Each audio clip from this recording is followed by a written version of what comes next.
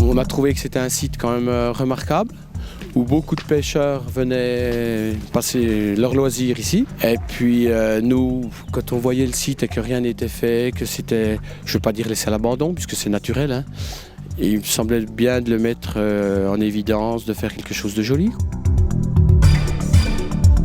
J'étais surpris, moi, de voir que la population connaissait qu'il y avait certaines flores, certaines choses très intéressantes à l'étang, et qu'ils venaient de temps en temps se promener. Alors ils me demandent des nouvelles, qu'est-ce qui s'y passe, comment ça se fait que c'est encore pas fait. Alors il y a des explications en leur disant qu'il y a certaines quand même contraintes administratives et puis qu'il faut le temps. Ils sont enthousiastes à ce que le site soit fait.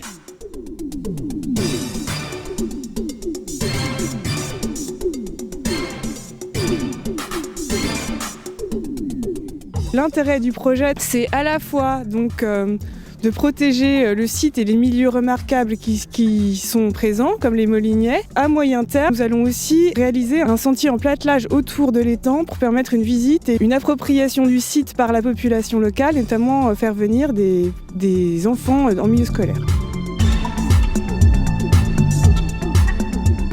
Le conservatoire botanique a pour but de protéger les milieux naturels, donc par le biais de la connaissance de ces milieux, des milieux et des espèces qui sont inféodées, donc en termes de plantes et d'insectes. Nous sommes intervenus au début de sa mise en place parce qu'on connaissait la présence d'espèces à fort enjeu, donc on a essayé de faire en sorte qu'elles soient prises en compte. En termes de papillons, le damier de la succise et la bacchante. Donc ce sont des espèces qui sont inféodées aux moulinies et aux strates herbacées basses, on va dire, pour le damier de la succise, et qui aiment avoir pour la bacchante des zones de lisière. Donc on oriente la gestion en faveur notamment de ces espèces.